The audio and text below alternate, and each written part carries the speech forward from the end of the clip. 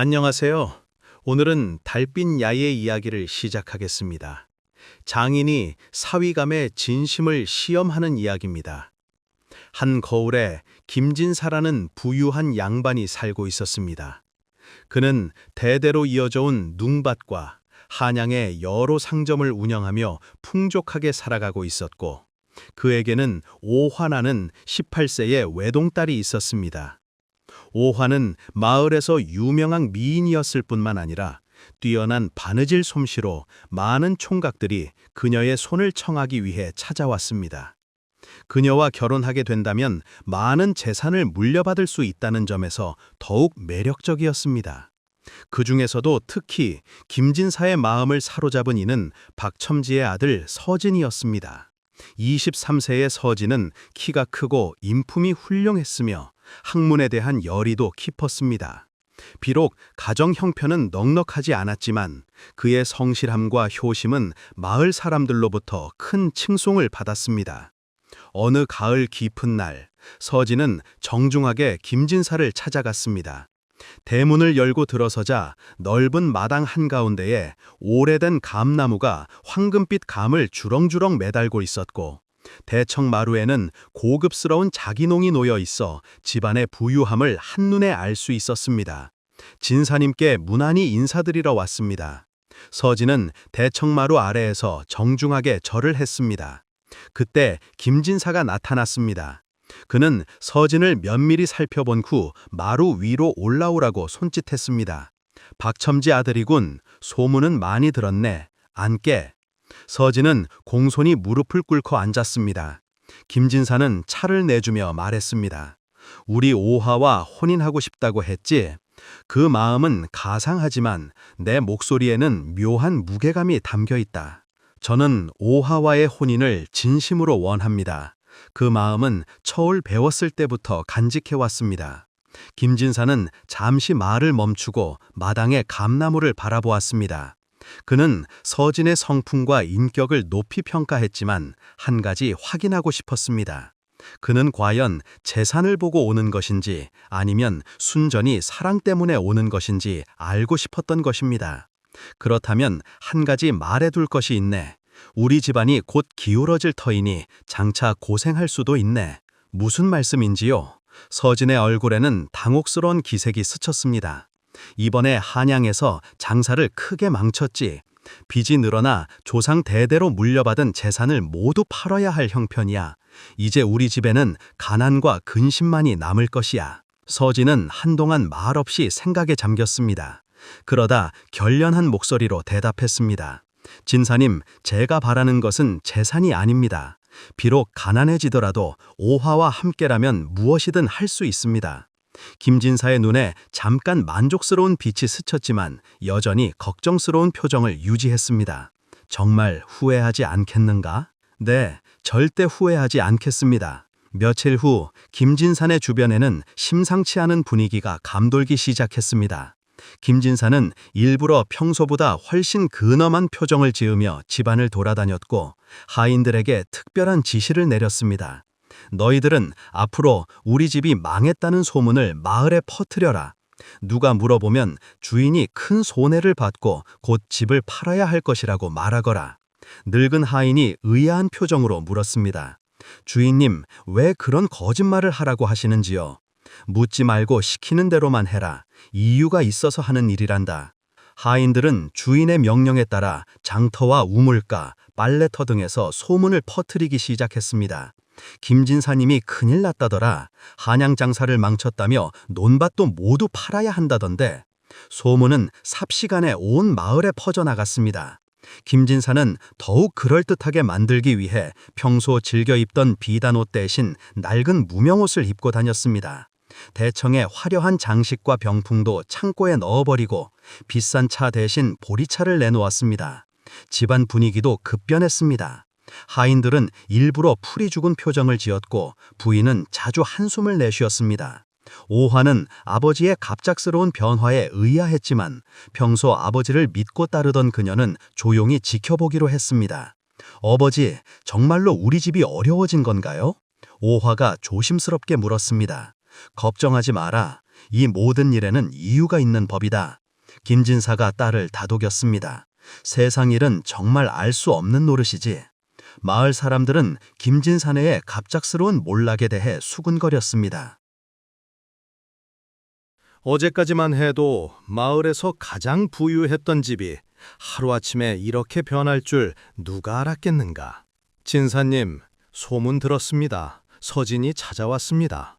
김진사는 우울한 모습으로 대답했다. 그렇게 됐네. 이제 정말로 이 집에는 아무것도 남지 않았네. 어떻게 이런 일이 생긴 것인지 눈밭도 모두 팔아야 할 형편이네. 오화와의 혼인은 다시 생각해보게. 자네까지 고생시킬 수는 없지 않겠나. 서진은 한동안 침묵했다. 주변에서는 이미 혼담을 포기하라는 말이 나오고 있었다. 너까지 고생할 필요가 있겠느냐. 다른 집안을 알아보는 것이 좋겠다. 하지만 서진의 마음은 이미 굳어져 있었다. 그는 김진사 앞에 무릎을 꿇고 말했다. 진사님, 제 마음은 변하지 않습니다. 가난해도 괜찮습니다. 서로 의지하며 살아가면 됩니다. 정말인가? 이제 우리 집에는 남은 것이 아무것도 없네. 오하와 혼인해봐야 고생만 할 텐데. 제 두 손이 멀쩡하고 건강합니다. 농사를 지어도 좋고 장사를 해도 좋습니다. 오화낭자와 함께라면 어떤 어려움도 이겨낼 자신이 있습니다. 김진사는 속으로 크게 만족했지만 겉으로는 여전히 걱정스러운 표정을 지었다. 정말 오화와 함께 하겠다는 것인가? 그렇습니다. 김진사는 서진의 흔들리지 않는 모습에 흐뭇함을 느꼈다. 저런 성품이면 분명 우리 딸을 잘 보살필 것이다. 시간이 지나도 서진의 마음은 여전히 흔들리지 않았다. 김진사는 시험을 더 어렵게 만들기로 했다. 어느 날 그는 서진을 불러 더 충격적인 이야기를 전했다. 이제 이 집마저 팔고 작은 초가집으로 이사를 가야 할 것 같네. 그렇습니까? 서진은 잠시 당황했지만 곧 의연한 표정으로 말했다. 진사님, 저도 열심히 일해서 돕겠습니다. 오한왕자를 다른 곳으로 보내실 생각은 마십시오. 하지만 자네에게까지 어려움을 주고 싶지 않네. 서진은 정말로 그렇게 했다. 해가 뜨기 전부터 밤 늦게까지 쉬지 않고 일했다. 논밭에서 일을 하고 장터에서 짐꾼 일을 하며 힘든 시간을 견뎌냈다. 저런 총각이 어디 있겠어. 정말 오화가 복이 많은 게야. 요즘 같은 세상에 저런 성품을 가진 젊은이가 있다니. 6개월이 지나도록 서진은 한 번도 포기하지 않았다. 김진사는 마침내 사위감을 시험한 자신을 후회하게 되었다. 이제 알겠다. 저 총각의 마음은 진짜다. 그날 밤 김진사는 부인과 딸을 불렀다. 이제 연극을 그만둘 때가 된 것 같소. 아버지, 무슨 말씀이세요? 오화가 의아한 표정으로 물었다. 김진사는 그동안의 모든 것이 사위감을 시험하기 위해 꾸며낸 일이었다고 털어놓았다. 집안이 망했다는 것도 빚더미에 앉았다는 것도 모두 거짓이었다는 것을. 아버지, 오화가 깜짝 놀라며 외쳤다. 하지만 오화의 손을 맡길 사람이 정말 믿을 만한지 확인하고 싶었다. 부인도 놀라며 말했다. 여보, 그럼 그 고생을 한 것인가요? 그렇소. 하지만 덕분에 우리는 사위감의 진짜 성품을 알 수 있었소. 저런 사람이라면 우리 딸을 평생 소중히 여길 것이요. 다음 날 아침 김진사는 서진을 대청마루로 불렀다. 서진은 또 무슨 어려운 이야기를 하실까 걱정하며 마루에 앉았다. 그런데 김진사는 갑자기 환한 미소를 지으며 크게 웃음을 터뜨렸다. 그동안 고생이 많았네. 예, 진사님, 그게 무슨... 김진사는 참고하여 화려한 비단옷을 꺼내 입고 하인들에게 지시하여 평소대로 집을 꾸미게 했다. 그리고는 서진에게 모든 사실을 털어놓았다. 자네야말로 우리 집안의 큰 기둥이 될 것이야. 사실 집안이 망했다는 건 내가 일부러 꾸며낸 일이었네. 자네의 진심을 알고 싶었던 것이지. 서진은 한동안 입을 다물지 못했다. 그 많은 고생이 시험이었다는 사실에 어이가 없으면서도 한편으로는 김진사의 깊은 뜻을 이해할 수 있었다. 진사님, 저는 진사님의 마음을 이해합니다. 소중한 딸을 맡기시는 일이니까요. 그리고는 고개를 숙이며 계속했다. 저에게도 좋은 경험이었습니다. 정말로 어려운 일이 생겨도 오화와 함께라면 무엇이든 할 수 있다는 자신감을 얻었거든요. 김진사는 크게 만족하며 서진의 어깨를 두드렸다. 역시 이런 마음가짐이니 더욱 믿을만 하구만. 훈례 준비는 마을에서 보기 드물 정도로 성대하게 진행되었다. 김진사는 그동안의 시험으로 사위에게 고생을 끼친 것에 미안한 마음을 품고 더욱 화려한 잔치를 준비했다. 홀리 당일 온 마을 사람들이 구경꾼으로 몰려들었다. 붉은 비단으로 고귀하게 장식된 가마에서 내린 오화는 그 어느 때보다 아름다웠고 서진은 당당하고 의젓한 모습으로 신부를 맞이했다. 오늘처럼 아름다운 홀은 전혀 없을 것입니다. 정말 천생연분이래요. 마을 사람들의 축복 속에서 두 사람은 큰 절을 올렸다. 김진사는 감격스러운 마음으로 사위와 딸을 바라보았다. 훈례가 끝난 후 김진사는 서진을 별채로 불러 중대한 이야기를 꺼냈다. 사위, 이제부터 자네는 내 아들이야. 김진사가 다정하게 말했다. 논밭의 절반과 한양에 있는 상점 2개를 자네에게 물려주겠네. 앞으로 이 집안을 이끌어 나가게. 서진은 깊이 머리를 숙이며 대답했다. 과분한 은혜입니다. 평생 잊지 않겠습니다. 하지만 무엇보다 중요한 것은 김진사가 오화를 바라보며 따뜻하게 미소 지은 것이었다. 우리 딸을 평생 사랑으로 돌보는 것이다. 자네가 보여준 그 진심을 계속 간직해주기 바라네. 내 장인으로서 평생 소중히 여기겠습니다. 잔치는 밤 늦게까지 계속되었다. 농악대에서 신나는 가락이 하늘 높이 울려 퍼졌고 떡과 술이 넉넉히 차려져 마을 사람들 모두 배불리 먹고 마셨다. 아이들은 마당에서 뛰어놀았고 어른들은 둘러앉아 이야기꽃을 피웠다. 그 후 서진은 정말로 김진사의 기대에 부응하는 훌륭한 사위가 되었다. 그는 물려받은 재산을 지혜롭게 관리하여 집안을 더욱 번창시켰고 오화와 함께 행복한 가정을 이루었다. 진정한 사랑은 어떤 시련에도 변하지 않으며 좋은 성품은 그 어떤 재물보다 귀하다. 꽃으로 피어난 어머니가 있었다.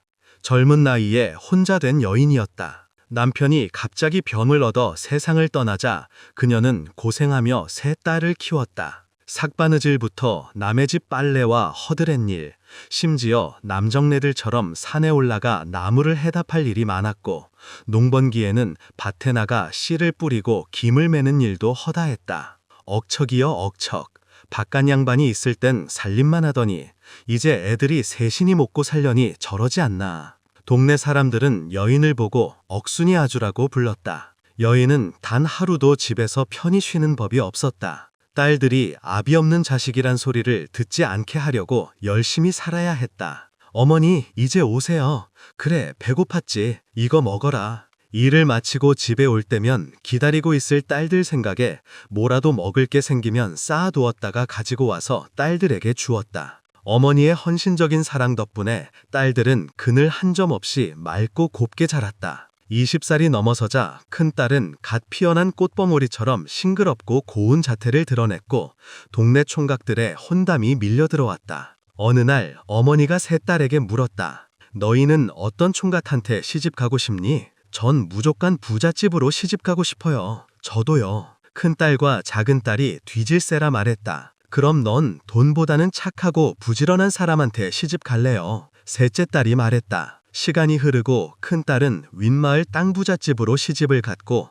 작은딸은 아랫마을 부잣집 큰아들을 만나 시집을 갔다. 그리고 막내딸은 가난한 농부에게 시집을 보냈다. 그렇게 딸 셋을 모두 시집 보내고 나니 여인은 이마에 주름이 잡히고 머리엔 하얗게 서리가 내렸다. 딸들을 키울 땐 먹고 살기 위해 남의 집 일을 했지만 이제는 딸의 집 일을 하느라 편히 쉬지 못했다. 어머니, 이것 좀 해주세요. 큰딸 집에 가면 때맞춰 숱한 일거리를 내어놓고 어머니를 기다렸다. 아랫마을 작은딸도 이것저것 해달라고 부산을 떨긴 마찬가지였다. 하지만 가난한 막내딸 집에 가면 어머니가 뭐라도 할까봐 미리 이 일 저 일 다 해놓고 있었다. 그렇게 한 해, 두 해가 지나자 딸마다 아이가 생겼다. 이젠 큰딸 집에 가면 우는 아이를 달래야 하고 기저귀를 빨아야 할 정신이 없었고 작은 딸은 아예 아이를 맡기기까지 했다. 하지만 막내딸만은 한 번도 어머니를 부르는 법이 없었다. 어느덧 세월이 덧없이 흘러갔다. 곱던 여인의 얼굴에는 깊은 주름이 패이고 검은 머리는 팥뿌리처럼 변했으며 허리는 활처럼 굽어 지팡이에 의지하는 처지가 되었다. 이제 더는 딸들을 돕지 못하게 되었고 거동마저 힘들어지자 오히려 딸들의 신세를 져야 할 처지가 되었다. 노파는 지팡이를 짚고 윗마을 큰딸을 찾아갔다.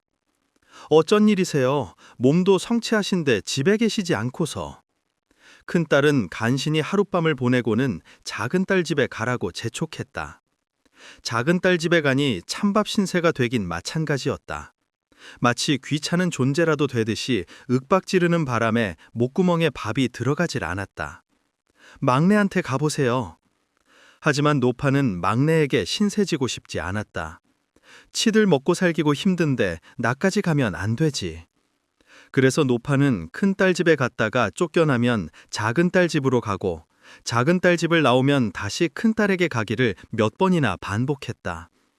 아, 피 없는 자식, 고생 길렀더니 이제 쓸모없다고 이렇게 대하는구나. 갈수록 딸들은 늙고 힘없는 어머니를 구박하고 천대하기 시작했다. 이제 자신의 삶이 얼마 남지 않았다는 것을 알고 노파는 마지막으로 막내딸이 보고 싶었다. 그래서 지팡이에 의지한 채 고개를 오르기 시작했다. 하지만 젊었을 땐 힘든지를 모르던 일이 이제는 힘들게 느껴져서 걷다가 쉬어가기를 수도 없이 했다. 게다가 해가 떨어지자 살을 내는 겨울바람이 주름진 노파의 얼굴을 매섭게 때렸다. 한참이 지나 고개마루를 넘어 딸의 초가지붕이 보이는 중턱에 이르자 노파는 기진맥진하여 다리에 힘이 풀려버렸다. 간신히 한 걸음을 옮기고 또 한 걸음을 옮기다가 그 자리에 주저앉고 말았다. 바로 밑에 막내딸이 사는 초가집 지붕이 보였다. 막내딸을 부르면 금방이라도 환한 웃음을 지으며 달려올 것만 같았다. 아, 노나구나. 잠깐만 쉬었다 가자. 노파는 눈을 감고 딸들을 키우던 지난날의 기억을 떠올렸다. 그래도 그때가 행복했지. 밤이 깊어지자 매서운 겨울 추위가 몰아쳐왔다. 이튿날 아침 막내 사위가 눈을 떴다. 간밤에 내린 눈이 하얗게 세상을 뒤덮고 있었다. 눈이 많이 또 내렸군. 사위는 빗자루를 들고 집 주위에 내린 눈을 치우기 시작했다. 그런데 집 뒤편 언덕으로 올라간 사위가 소리쳤다. 장모님! 그 소리를 듣고 막내딸이 뛰어나왔다. 어머니, 어머니! 눈이 수북이 덮인 채 쭈그리고 앉아 있었다. 이미 차갑게 변해 있었지만 마치 행복했던 기억으로 돌아가 있는 듯 얼굴에는 평안한 미소가 떠올랐다. 그들은 어머니를 모셔와 정성스럽게 장례를 치렀다. 우리 이 자리에 장모님을 모십시다. 그래야 항상 우리를 지켜보실 수 있으니까요. 막내딸 부부는 양지바른 그 자리에 어머니를 모셨다. 따뜻한 봄날이 찾아왔다. 얼어붙었던 땅에도 새싹이 돋고 꽃이 피어났다. 어머니가 잠들어 있는 자리에도 붉은 꽃이 피어났다. 그런데 그 꽃은 마치 노파의 모습을 닮은 듯 하얀 솜털이 덮이고 등이 굽어 있었다. 어머니의 모습 같아요. 정말 그렇고요. 사람들은 노파가 죽어 꽃이 되었다고 생각하고 이때부터 그 꽃을 할미꽃이라고 불렀다. 어느 마을에 김부자가 살았다. 딸 셋을 두었고 다른 걱정은 없었지만 단지 아들이 없다는 것이 그에게 큰 근심거리였다. 그러던 어느 날 김부자는 이웃 마을에 다녀오던 길에 나무 밑에서 울고 있는 거지 같은 남자아이를 보았다. 그 아이는 얼마나 굶었는지 뼈만 앙상하고 온몸은 더러운 물로 절여져 있었다. 세상에, 그냥 놔두었다가는 큰일 날 것 같군. 빨리 데려가 뭐라도 먹여야겠어. 김부자는 그 아이를 등에 업고 집으로 향했다. 아들이 없어 근심하던 김부자는 그 아이를 자식 삼아 키우기로 결심했다. 딸들만큼 잘해주지는 못했지만 그래도 아이에게 정을 주어 키운 탓인지 착실하게 잘 자라주었다. 세월이 지나 딸 셋이 모두 결혼하고 나이도 어느덧 장정이 되었다. 너도 이제 장가들 나이가 되었구나. 그동안 너한테 들었지만 내 핏줄이 아니니 장가들면 나가서 살도록 해라. 얼마 후 마땅한 혼처가 나타났다. 김 부자는 그 아이를 장가 보내고 몇 푼 쥐어주며 쫓아내듯 내보냈다. 그리고는 세 딸을 불러 토지 문서를 나누어 주면서 말했다. 내 재산을 너희에게 다 주겠으니 이제부터는 너희들이 나를 모시도록 해라. 아버지, 그렇게 하세요. 당연히 저희가 모셔야죠. 아버지께서 원하시는 거라면 무엇이든지 해드리겠어요. 재산에 눈이 먼 딸들은 당연히 그렇게 하겠다고 대답했고, 딸들의 말에 김 부자의 마음은 흐뭇하기 그지없었다. 김 부자는 먼저 큰 딸 집으로 갔다. 며칠 잘해주더니만 한 달도 못 가서 싫은 내색을 하며 말했다. 아버지, 답답하실 텐데 둘째 집에 가서 좀 있다 오시겠어요? 그래서 김 부자는 큰딸의 권유대로 둘째 딸 집으로 갔다. 그런데 둘째 딸 역시 처음엔 극진했으나 며칠 지나자 싫은 눈치를 보였다. 김 부자는 두 딸의 처신이 괘씸했으나 아무 말 없이 막내딸에게 갔다. 막내딸 역시 며칠간은 대접이 좋더니만 시간이 지나면서 구박까지 해댔다. 이럴 순 없어. 내가 딸들을 어떻게 키웠는데. 분한 마음을 안고 막내딸 집을 나온 김 부자는 자기가 살던 집으로 돌아오고 말았다. 종일 집에서 이리저리 생각하던 김 부자는 주워다 키운 아들 생각이 났다. 집에서 쫓아내던 내보낸 것이 후회가 되었다. 김 부자는 불쌍한 딸들에게 주었던 땅을 고생하고 있을 아들에게 주어야겠다고 마음먹고 즉시 딸들에게 다음과 같은 내용의 서신을 보냈다. 딸들아, 지금 분명히 너희에게 준 토지가 공평하게 나누어지지 않았구나. 모여서 다시 공평하게 나누어 줄 터이니 몇 월 며칠에 토지 문서를 가지고 모이도록 하거라.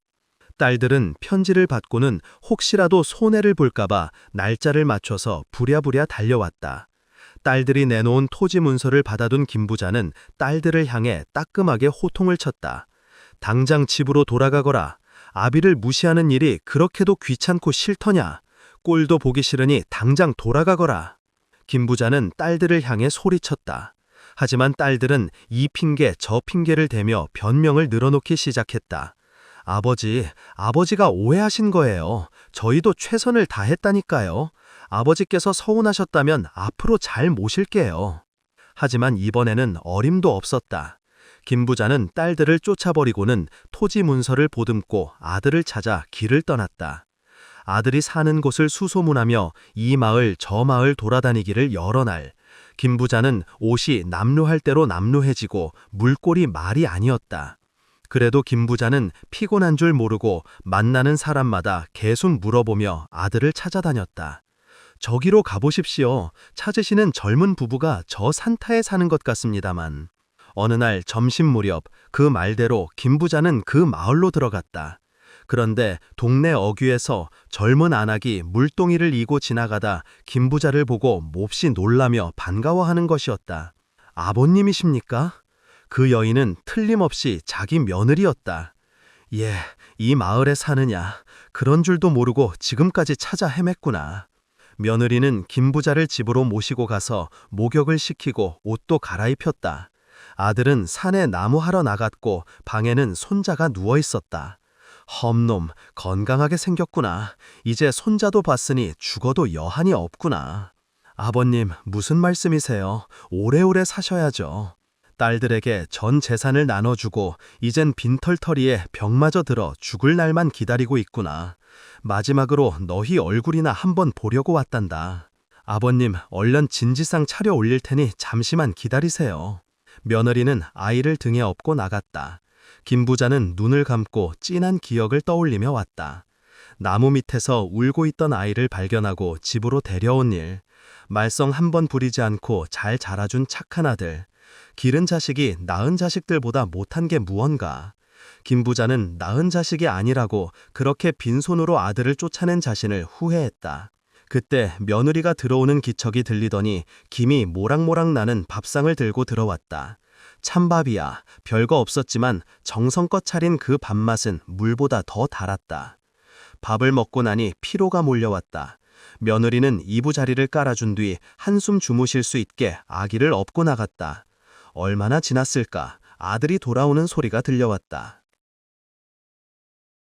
이제 오세요. 저 아버님께서 오셨어요. 며느리의 목소리가 들렸다. 뭐라고? 아버님이 오셨다고?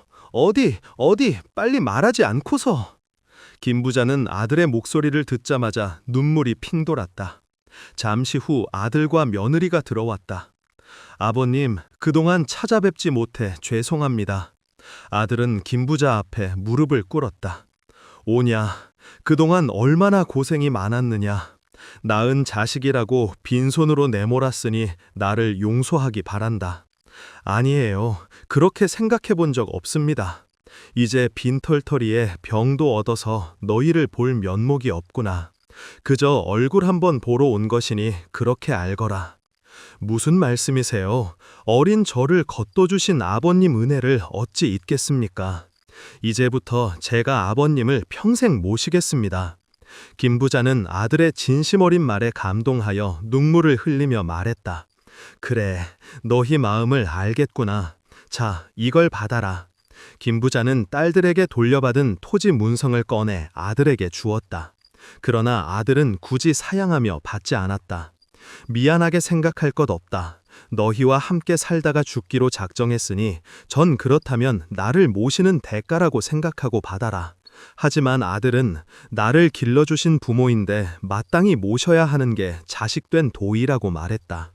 김 부자는 사정하다시피 문서를 아들에게 넘겨주었고 아들 부부는 아버지를 지극히 잘 섬겼으며 아들, 딸을 낳고 행복하고 풍족하게 오래오래 잘 살았다고 한다. 심부름을 가다가 만난 행운. 김생호는 딸아이의 혼인 날짜를 잡아놓고 깊은 시름에 잠겼다. 20이 넘기 전에 시집 보내겠다는 생각에 서둘러 날짜를 잡았지만 막상 시집 보내려고 하니 눈앞이 막막했다. 냉수 한 그릇 떠놓고 초래를 치를 수도 없고 그렇다고 끼니 걱정을 할 판에 딸아이를 시집 보내자니 기둥뿌리를 뽑아도 어려울 판이었다. 어떻게 해야 할지 모르겠어. 그러게 말이에요. 어디 융통할 데도 없어요. 부부의 근심은 날이 갈수록 커져만 갔다. 김생호는 성품이 온순하고 인정이 많아 이웃의 어려운 사정을 보면 그냥 지나치는 경우가 없었다.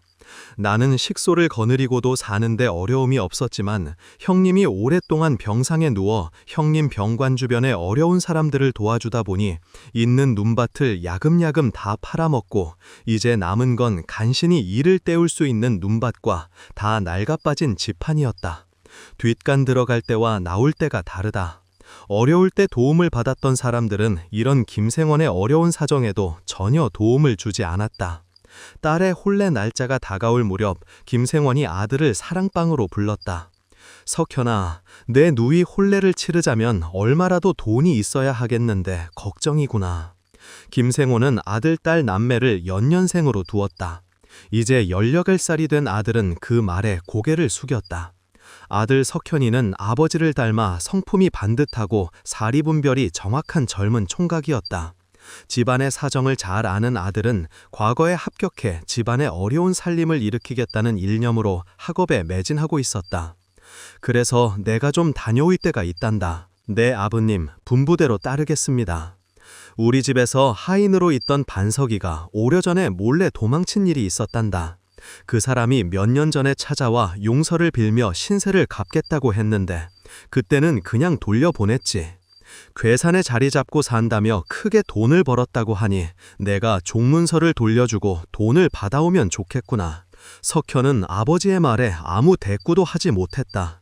궁여지책으로 생각해낸 것이지만 도망친 종을 찾아가 노적을 없애주는 대가로 돈을 받아오라니 그게 말이나 되는가. 아무리 생각해봐도 내 누이 빈손으로 시집 보낼 수는 없을 것 같구나. 석현은 평소 아버지답지 않은 결정이 마음에 내키지 않았으나 누이를 생각하면 못할 것도 없을 것 같았다. 칠성이하고 같이 다녀오노라.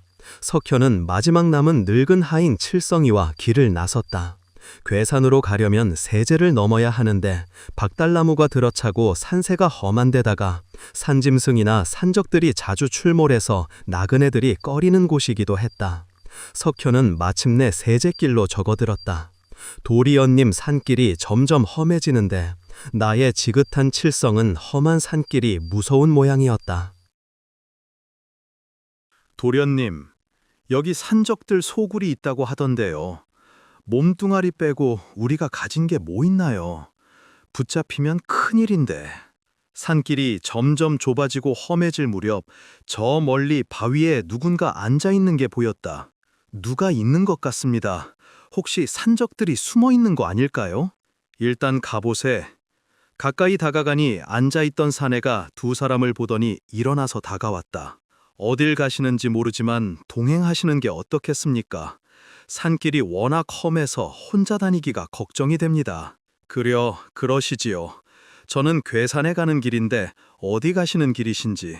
저는 산모 마을에 삽니다. 저희 마을을 통해 가시면 십리길은 빠르지요. 그래요. 지름길이 있었군요. 그럼 앞장서시지요. 사내는 두 사람을 데리고 어두운 산길을 서슴없이 걸어나갔다. 도련님, 여기 산적들이 산다고 하던데 혹시 산적 속으로 데려가는 게 아닐까요? 석현도 그 말을 들으니 괜히 따라왔나 하는 생각이 들었다. 여기만 내려가면 마을이 내려다 보일 겁니다. 어서 가시죠. 두려운 마음을 누르고 사내를 따라 내려가니 저 멀리 환한 불빛이 보였다. 이런 깊은 산 중에 그런 마을이 있을 거라고는 생각지도 못한 일이었다. 이제 다 와갑니다. 저 집이 이 마을에서 가장 부잣집인데 인자하고 훌륭하신 어른이 살고 계시죠. 지나가는 과객도 그냥 보내지 않으신답니다. 과연 그 집 앞에 이러니 이런 곳에 그런 훌륭한 집이 있다고 믿을 수 없을 만큼 크고 웅장해 보였다. 아직도 가시려면 길이 먼데 여기서 하룻밤 묵을 수 있는지 어른께 여쭤보겠습니다. 그러더니 사내는 말릴 틈도 없이 안으로 들어가더니 한참 후에 밖으로 나왔다. 하룻밤이 아니라 며칠도 좋다고 하십니다.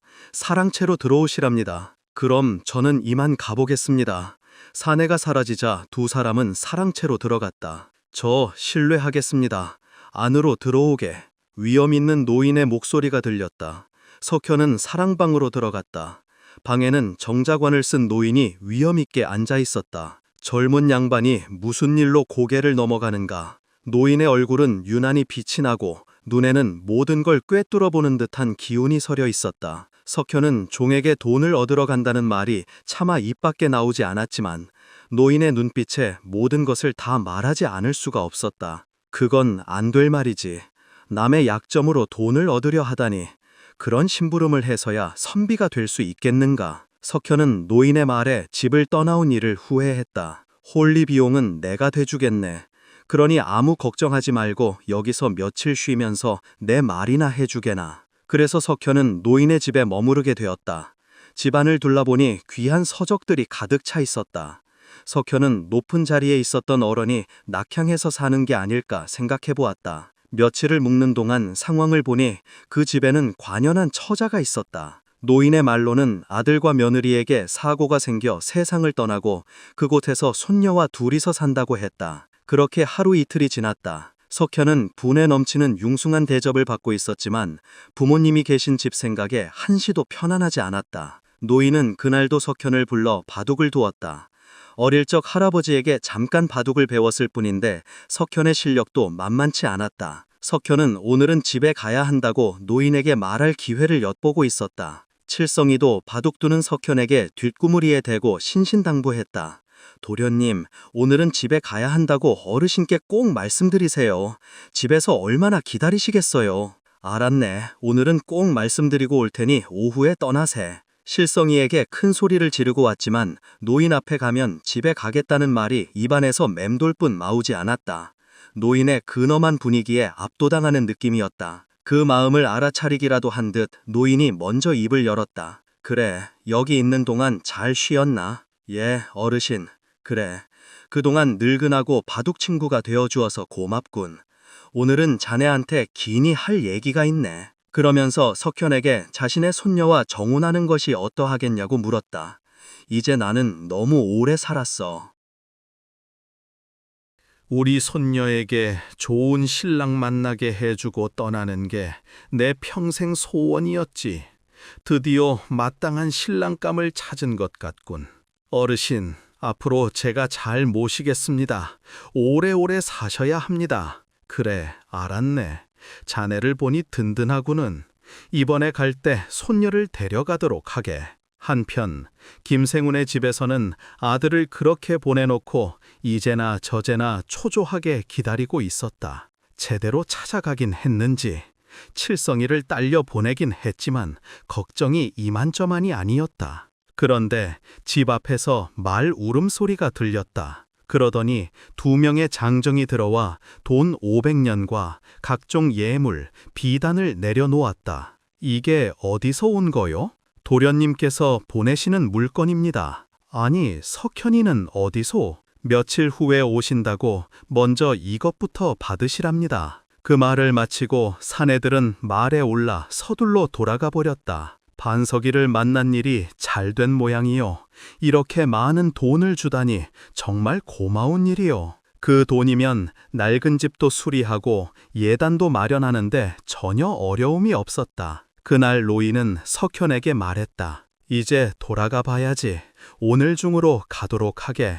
석현은 낭자를 데리고 출성이와 함께 노인에게 작별 인사를 하고 떠났다. 그동안 편안히 쉬게 해주셔서 감사합니다. 노인은 석현의 손녀의 홀리에 필요한 물건을 가득 신어주었다. 그렇게 집에 도착해보니 집 대문이 새로 단장되고 집안도 수리되어 있지 않은가. 석현이 신부를 데려오자 이생내외는 꿈같은 상황에 깜짝 놀라워했다. 석현은 그간 있었던 일을 모두 들려주었고 어머니는 눈물을 흘리며 새 며느리의 손을 꼭 잡았다. 홀리가 끝나고 석현은 노인을 다시 찾아가 감사의 뜻을 전하고자 했다. 하지만 노인의 집에 가보니 노인은 편지 한 장 남겨놓고 사라져버렸다. 나를 찾지 말게.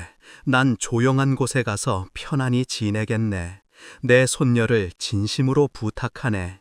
이 집과 여기 있는 논밭은 다 자네가 관리하게. 들리는 소문에 의하면 노인은 깊은 산속에 있는 조용한 은막에서 생을 마쳤다고 한다. 노인의 유언대로 석현은 평생 아내를 위하며 행복하게 잘 살았다. 절대로 찾아오면 안 되는 곳. 고진항 마을에 풍악이 울리고 신명나는 노랫가락이 흘러나왔다. 매년 그 마을에선 풍년과 마을의 평화를 기원하는 제사를 드리고 풍물놀이를 벌이곤 했는데 그 행사는 그 마을의 가장 중요한 일이었다. 올해도 정성을 다해 예를 갖춰 준비들 하시오. 마을 원로의 말에 모두가 고개를 끄덕이며 힘있게 대답했다. 그곳은 인심이 좋기로 유명한 안동 풍천면에 있는 허씨와 안씨 일가가 모여 사는 마을이었다. 이 마을에는 허두령이라는 청각이 있었다. 그는 무엇이든지 손만 대면 척척 고치고 만들어낼 만큼 손재주가 좋았다. 요즘 태어났다면 맥가이버라고 불러도 손색이 없을 정도였다. 이봐, 허두령, 이것 좀 봐주게. 어이구, 우리 집 것도 좀 봐줘. 문빗장이 자꾸 열리는구먼. 이 집 저 집에서 찾을 때마다 허두령은 실은 내색 없이 달려가곤 했다. 그런데 어느 해인가 그 마을에는 큰 근심거리가 생겼다. 오랫동안 비가 내리지 않아 흉년이 이어졌고 언제부턴가 마을에 크고 작은 재앙이 생기기 시작했다. 신령님이 노하셨나 보다.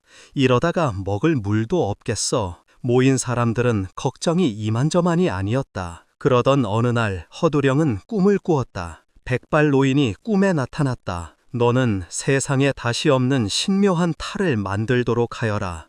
그 탈을 쓰고 놀이를 하면 마을에 풍요와 평안이 올 것이니라. 허두령은 꿈에서 깨어나 마을 원로를 찾아가 꿈 얘기를 했다. 만들라는 말인가? 그렇습니다. 탈을 쓰고 제를 드리면 재앙이 그치고 마을에 풍요와 평안이 온다고 했습니다. 어허, 쉽지는 않을 텐데 차례가 그 어려운 일을 할 수 있겠는가? 원로는 마을을 생각하는 허두령의 진심을 고마워하며 근심 어린 얼굴로 말했다. 오늘 당장 깊은 산으로 들어가 탈을 만들도록 하겠습니다. 허두령은 탈을 만들려면 마을을 떠나 깊은 산속으로 들어가 매일같이 무격제를 지내고 경건하게 생활해야 하며 꿈에서 일러준 대로 11개의 탈을 만들려면 얼마나 많은 세월이 걸릴지도 알 수 없는 노릇이라고 했다. 또한 탈을 다 완성하기까지 아무도 만나면 안 된다고도 덧붙였다. 말은 고맙지만 그 어려운 일을 해낼 자네가 걱정이구만. 원로와 그곳에 모인 동네 사람들은 허두령의 말을 듣고 이러지도 저러지도 못하고 앉아 있었다. 그때 허두령과 안세령이라는 처녀는 서로 혼인을 약속한 사이였다. 무인 사람들 틈에는 세령이도 구석자리에 앉아 이야기를 듣고 있었다. 사람들은 눈물을 흘리고 있는 세령을 안타까운 눈으로 바라보며 눈치만 살피고 있었다. 시간이 지나 사람들이 모두 떠나고 허두령과 세령만 남게 되었다. 굳은 결심을 한 허두령을 바라보며 세령은 눈물만 흘릴 뿐이었다. 남자 돌아오는 대로 혼리를 올립시다. 이별의 슬픔이 괴롭더라도 얼마 동안만 참아줘. 허두령은 세령의 손을 꼭 잡고 울먹이며 말했다. 도련님, 꼭 가야만 되는 거예요? 그 어려운 일을 왜 도련님이 하시는 거예요? 볼멘 소리로 투정을 부리며 흐느끼는 세령을 달래며 허두령이 말했다. 미안하오. 하지만 산의 대장부로 태어나 마을을 위해서 무언가 하고 싶소. 이건 낭자와 나를 위해서도 하는 일이기도 하오. 결심이 그러하시다면 도련님께서 훌륭한 탈을 다 만드실 때까지 몇 년이고 기다리겠어요. 고맙소 왕자. 부지런히 탈을 만들 테니 탈이 다 완성될 때까지 절대로 나를 찾아와선 안 돼요. 변치 말고 기다려주시오. 도련님, 언제까지고 기다리겠어요. 부디 몸 건강히 다녀오세요. 두 사람의 애틋한 이별은 눈물 없이 볼 수 없었고 서운한 마음으로 먼 길을 떠나는 허두령은 낭자와의 약속을 하루라도 지키기 위해서 걸음을 서둘렀다. 떠나는 뒷모습을 보며 세령은 하염없이 눈물을 흘렸다. 허두령은 마을을 떠나 인적이 끊어진 깊은 산속에 들어가 일을 시작했다. 11가지 인물을 표현한 탈을 만드는 일은 보통 어려운 게 아니었다. 오리나무를 잘라 오랜 기간을 말린 후 눈, 코, 입을 차례로 조각하고 인물 하나하나를 탈로 만드는 일이었다. 허두령은 날마다 아침에 목욕제를 하고 오리나무로 탈을 만드는 일에만 전력을 기울였다. 조금만 잡념을 갖거나 마음을 놓아도 망쳐버려서 하던 일이 헛수고가 되곤 했다. 비바람이 불고 눈보라가 치는 겨울에도 허두령은 포기하지 않고 탈 만들기에 집중했다. 한편 마을에서는 세령이 뒤뜰에 정화수를 떠놓고 매일같이 지성을 드렸다. 그렇게 세월이 흘러 3년이 지났다. 너도 이제 홍기가 꽉 찼는데 언제까지 기다릴 참이냐. 죽었는지 살았는지 모르겠으니 원 답답해서 눈이 오나 비가 오나 하루도 거르지 않고 지성을 드리는 세령이가 걱정되고 안쓰러워 어머니는 입을 열었다. 무사히 돌아올 거예요. 걱정하지 마세요. 말은 그렇게 했지만 세령도 3년이 넘도록 소식이 없는 허두령이 걱정되긴 마찬가지였다. 설마 별일 없겠지? 탈은 다 완성되어 갈까? 세령은 더 이상 견딜 수가 없었다. 너무 오랫동안 참고 기다렸던 그리움이 일시에 북받쳐 올라 그냥 앉아 있을 수가 없었다. 찾아오지 말라고 신신당부한 말을 듣고 세령은 초조하게 망설이다가 벌떡 일어나 허두령을 찾아서 길을 나섰다. 세월이 이렇게 흘렀는데 이젠 괜찮을 거야. 얼마나 갔을까? 허두령이 기거하는 곳이 보였다. 세령은 반가운 마음에 다가가 문틈으로 방 안을 엿보았다. 두 분 모습만 살짝 보고 도나가자. 방 안에서는 허두령이 마지막 탈을 만드는 중이었다. 선비의 하인인 이매의 턱만 붙이면 되는 것이다. 그런데 그때 인기척이 느껴졌다. 누구요? 허두령이 도나보니 세령 낭자가 찾아오지 않았던가. 낭자, 그렇게 오지 말라고 일렀거늘. 갑자기 하늘에서 요란하게 천둥이 치고 번개가 번쩍이더니 허두령이 그 자리에서 피를 토하고 쓰러지는 것이었다. 세령은 깜짝 놀라 숨이 멈추는 것 같았다. 도련님, 어찌된 일이에요? 제가 잘못했어요. 일어나세요. 세령은 이내 무언가를 깨달았다. 허두령이 탈을 다 만들 때까지 만나서는 안 된다고. 그렇게 말했던 일을 생각해내고는 어쩔 줄을 몰라 쩔쩔맸다. 도련님, 도련님. 세령의 비통한 울부짖음에도 아랑곳 없이 허두령은 끝내 숨을 거두고 말았다. 세령이 허두령을 찾아갔다는 말이 원로와 사람들의 귀에 들어가자 마을에서는 야단이 났다. 한번 올라가 봅시다. 아무래도 무슨 일이 일어난 것 같아. 마을 사람들이 모여 허두령이 탈을 만드는 곳으로 가보니 완성된 탈만 남겨두고 허두령과 세령은 이미 숨을 거둔 뒤였다. 허두령은 벽에 기대 앉아 있는 세령의 품에 안겨 있었고 세령의 가슴은 붉은 피로 물들어 있었다. 마을 사람들은 두 사람의 영혼을 위로하며 애도했다. 그리고 허두령이 만든 탈을 쓰고 풍요와 평안을 기원하며 별신굿을 시작했다. 그런데 마지막에 만든 이매 탈만 턱이 없었다. 세령이 방안을 엿보는 바람에 미처 완성하지 못한 것이다. 이 때문에 하회탈 중 잎과 턱이 존재하지 않는다고 한다. 동하회 별신굿에 등장하는 이매탈에 얽힌 이야기는 지금도 전해지고 있다. 새로 만난 아내는 혐오양처로 맑은 물줄기가 청룡포 앞을 굽이 돌아 마을 앞을 유유히 흐르고 있었다. 영월 서강변 기슬께서 나이 지긋한 한 남자가 낚싯대를 들이우고 있었다. 그는 장릉 찬봉으로 있는 최인환이었다. 나이 들어 고향으로 내려와 능찬봉이라는 별을 받아 단중의 묘역을 관리하고 있었다. 오늘은 재수가 좋은 날이군. 이만하면 됐어. 그의 얼굴에는 미소가 드리워져 있었다. 대나무로 만든 바구니 안에 물고기 5-6마리가 파닥거리고 있었다. 그는 그 중에서 제일 큰 놈으로 2마리만 남겨놓고 잔챙이들은 물에 던져 넣었다. 잘 자라거라. 그런데 집에 가려고 일어서려는데 저만치 흰 도포자락이 너풀대는 모습이 보였다. 무심히 바라보다가 이상한 생각이 들어 발걸음을 멈추고 한참을 쳐다보았다. 그런데 한 남자가 갑자기 신발을 벗어놓더니 흘러가는 물을 멍하니 바라보고 있었다. 최찬봉은 불길한 생각에 급히 그곳으로 달려갔다. 마침 그 남자는 강물로 뛰어들려고 하고 있었다. 이보시오, 그만 멈추시오. 최찬봉이 호통을 치며 그에게 다가갔다. 젊은 양반, 무슨 일로 더없이 목숨을 버리려 한단 말이오. 그냥 내버려 두십시오. 전 아무 희망이 없습니다. 그래도 사연이나 한번 들어봅시다. 남자는 겨우 마음을 진정하고는 깊은 한숨을 내쉬더니 입을 열었다. 그는 20대 중반의 이준성이라는 선비로 평창에 살고 있었다. 과거에 급제해서 가문을 일으켜보겠다는 생각으로 해마다 과거길에 올랐지만 번번이 실패를 거듭했다. 그러다 보니 형편이 말이 아니었다. 남편이란 작자가 글 공부한다고 방 안에만 틀어박혀 있으니 아내는 끼리라도 굶지 않으려면 무슨 일이든 해야 했다. 조금만 참으시오. 이번에는 반드시 성공할 거라고 아내를 달래며 이 선비는 호언장담을 했다. 제발 그렇게 되었으면 좋겠어요.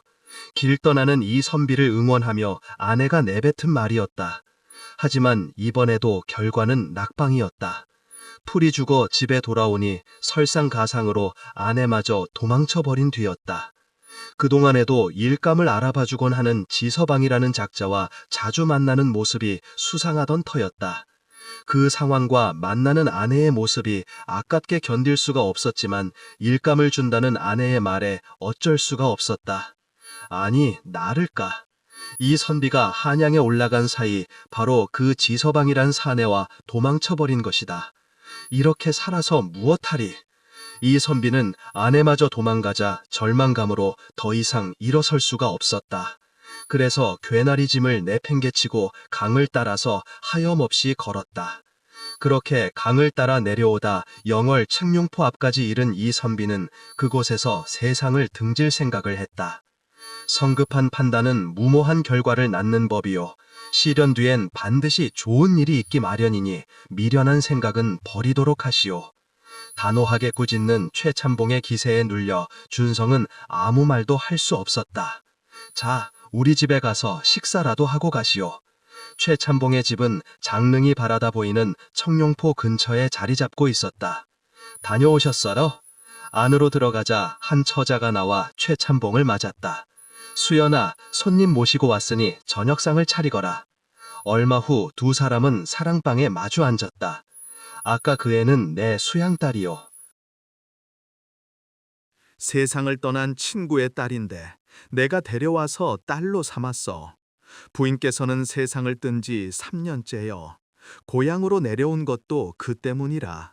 저 아이가 있어 외롭진 않지만 나 때문에 혼기를 놓칠까봐 걱정이요. 그리고는 이 선비에게 다시 한번 다짐하는 것이었다.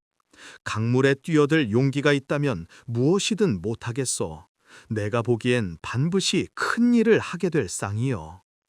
부친을 일찍 여의는 준성은 그런 진심 어린 충고를 받아본 것이 처음이었다. 그리고 경솔하게 행동한 자신이 부끄러울 따름이었다. 마음도 추스를 겸해 여기서 며칠 쉬기로 했다. 최참봉은 아버지처럼 준성을 알뜰살뜰 챙겼다. 며칠 동안 있다 보니 수연이라는 처자가 눈에 들어왔다. 하루 이틀 지나다 보니 최참봉은 슬그머니 자리를 비켜주는 일이 잦아졌다. 준성도 살가운 수연 낭자가 좋았다. 무악스러운 아내에게 느껴보지 못한 다정함과 현숙함에 금방 매료되었다. 낭자 참으로 아름답소. 그 말에 수연은 부끄러운 듯 고개를 숙였다. 그렇게 며칠을 지내며 준성은 살아갈 희망을 찾았다. 바로 수연 낭자 때문이었다. 낭자 기다려 주시오. 꼭 급제해서 낭자를 다시 찾아오겠소. 그들은 헤어지기 전에 서로 사랑의 약조를 했다. 어르신, 이제부터 아버님으로 모시겠습니다. 준성은 최참봉에게 여러 번 절하고 헤어져 오로지 글 공부에만 몰두했다. 그리고 3년 만에 마침내 과거에 급제하여 관직에 오르게 되었다.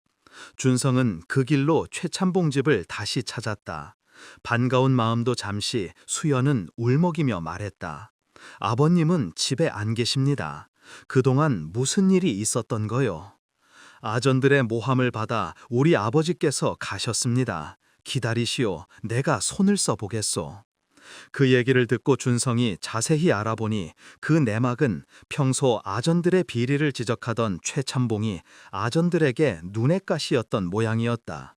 사또도 비리 사실을 알고 있었지만 터주대감인 아전들의 비위를 잘못 건드렸다간 관할 업무가 마비될 지경이었기에 눈 감아주는 경우가 허다했다. 아침 신관사가 부임하게 되자 벼르고 있던 아전들이 최참봉을 모함했다. 추수관과 짜고서 돈을 떼어먹었답니다. 아직 물정도 모르는 신관사가 아전들의 말만 듣고는 최참봉을 옥에 가두어버린 것이다. 준성은 지방 실세로 알려진 이대감을 찾아갔다. 이준성이라 합니다. 집안 어르신께 인사드리러 왔습니다. 이번에 등과했다는 얘긴 들었어. 축하드리요. 잠시 침묵한 뒤 준성은 얘기를 꺼냈다. 아전들이 비리를 감추기 위해 최참봉을 모함해 옥에 가둔 사실을 말하자 이대감의 얼굴이 굳어졌다. 이 사실이 중앙정부에 알려지면 관찰사를 비롯한 지방 관리는 물론 대감께서도 편치 못하실 겁니다. 이대감을 만나고 돌아온 뒤 며칠 후 최참봉이 옥에서 풀려났다. 그 소식을 듣고 준성이 최참봉을 찾아갔다. 무사히 돌아오셔서 다행입니다. 다 도와준 덕분이여. 고맙소. 그러자 준성은 수연을 바라보며 얘기를 꺼냈다. 수연자와의 혼인을 허락해 주십시오. 허락하다마다 수연이는 어떠냐? 수연은 얼굴을 붉히더니 가만히 고개를 끄덕였다. 얼마 후 최참봉 집에서는 혼례가 치러졌다. 적적하던 최참봉의 집에는 생기가 돌았고 언제부턴가 아이의 울음소리와 최참봉의 웃음소리가 집 밖으로 새어나왔다. 대치로 대감을 이긴 당돌한 딸. 어느 마을에 아들과 딸을 둔 아버지가 살고 있었다. 아들은 16살, 딸은 14살이었다. 아들은 얌전하고 착실했지만 딸은 지나치게 활발하고 장난이 심해 온종일 뛰어다니며 온 동네를 휘젓고 다녔다. 천방지축인 딸 때문에 부모는 걱정이 이만저만이 아니었다. 어휴, 사내로 태어났어야 하는데 서러워하다가 시집이나 나갈지 모르겠구나. 아버지는 한숨을 내쉬곤 했다. 어느 날 아버지가 집을 나서며 남매에게 좁쌀 2대를 건네주면서 말했다. 사흘 뒤에 돌아올 테니 그동안 이 좁쌀을 하나도 빠짐없이 세어놓아라. 아들은 아버지의 말대로 좁쌀을 하나씩 세기 시작했다. 하지만 딸은 좁쌀에는 전혀 관심이 없었다. 여전히 마을을 싸돌아다니기 바빴다. 아들은 걱정스러운 얼굴로 물었다. 아버지한테 혼나면 어쩌려고 빨리 세자니까? 그러자 딸은 희죽 웃으며 대답했다. 오라버니는 열심히 세. 나는 다 방법이 있으니까. 사흘 동안 아들은 좁쌀만 세며 담을 지새웠지만 딸은 여전히 노는 데만 정신이 팔렸다. 마침내 아버지가 돌아오던 날 딸은 약방에서 저울을 빌려왔다. 그리고 좁쌀의 무게를 재서 정확히 계산한 뒤 정리해 두었다. 아버지가 돌아오자 아들이 소리쳤다. 아버지, 이제 오셨습니까? 저는 다 셌어요. 그때 딸이 태연하게 말했다. 아버지, 저도 다 셌어요. 뭐? 너는 종일 놀기만 하지 않았느냐? 그러자 딸은 빌려온 저울과 장부를 내밀며 말했다. 저울로 무게를 재고 계산했어요. 정확히 맞을 거예요. 아버지는 딸의 실력에 감탄하며 속으로 생각했다. 이것 봐라, 보통 내기가 아니네. 얼마 후 이웃 마을에서 만석군 2대감이 수수께끼 대회를 연다는 소식이 들려왔다. 상금이 무려 1000냥이라는 말에 아버지는 욕심이 생겨 아들과 함께 대회에 나섰다. 그러나 대회에는 끔찍한 조건이 붙어 있었다. 문제를 풀지 못하면 한 해 동안 머슴살이를 해야 한다는 것이었다. 며칠이 지나도 아버지와 오라버니가 돌아오지 않자 불안한 마음에 어머니를 졸랐다. 어머니, 저도 대회에 갈게요. 아버지하고 오라버니가 진 게 틀림없어요. 네가 어디를 가겠다는 거냐? 아버지가 오실 때까지 집에 있거라. 어머니의 말에도 딸은 끈질기게 졸라 결국 허락을 받아냈다. 대회장에 도착한 딸은 당당히 참가를 요청했다. 대회의 주최자인 대감이 어린 딸을 보자 허탈한 표정을 지으며 말했다. 어린 처자가 어찌 이곳에 왔느냐. 문제를 풀지 못하면 우리 집에서 한 해 동안 종살이를 해야 한다. 대감마님, 알고 있습니다. 문제를 내십시오. 대감은 놀라며 생각했다. 허무한 저자구나. 한 입 가지고 딴소리하면 안 된다. 구경하던 동네 사람들도 긴장하며 그 상황을 바라보고 있었다. 드디어 대감이 첫 번째 문제를 냈다. 저 말을 보아라. 저 말이 오늘 얼마나 먹었겠느냐. 딸은 웃으며 대답했다. 곱비 안쪽에 있는 건 다 먹었고 곱비 밖에 있는 건 못 먹었겠지요. 대감은 당황한 얼굴로 감탄하며 속으로 생각했다. 어라? 이거 보통이 아니구나. 평생 누구에게도 져본 적이 없었는데 어른 처자에게 진 것이다. 이번엔 딸이 문제를 낼 차례였다. 대감마님, 이번에는 제가 문제를 낼 차례입니다. 오냐, 내 보고라. 대감마님, 제가 앉을까요, 설까요? 대감은 고민에 빠졌다. 앉는다고 하면 설 것이고 선다고 하면 앉을 게 뻔하기 때문이다. 대답을 하지 못한 대감이 또다시 졌다. 세 번째 문제였다. 대감은 문제의 난이도를 높였다. 내가 내일 차리겠다. 네, 문제를 내십시오. 대감은 기침을 한번 하고는 입을 열었다. 수년 전에 죽은 백마가 우리 집에 있는데 그 말이 살아나 산을 뛰어다닌다면 그 말을 어떻게 잡겠느냐? 딸은 태연하게 대답했다. 간단히 잡을 수 있습니다. 어떻게 말이냐? 강원도 금강산에서 쇠고를 가져와 말 앞에 놓으면 쉽게 잡을 수 있습니다. 대감이 비웃으며 말했다. 눈이 이렇게 많이 왔는데 쇠골이 어디 있겠느냐? 그러자 딸이 말했다. 수년 전에 죽은 말도 살아나는데 쇠골이 왜 없습니까? 대감은 속수무책으로 또 졌다. 이제 마지막 문제만 남아 있었다. 마지막 문제니 내가 내겠다. 지금도 부자지만 내가 수년 전 살림살이가 꽤 넉넉할 때 무쇠방석을 썼는데 모서리가 풀어져 나갔지. 무엇으로 모서리를 하면 좋겠느냐? 아주 쉽습니다. 그래, 무엇으로 해야지?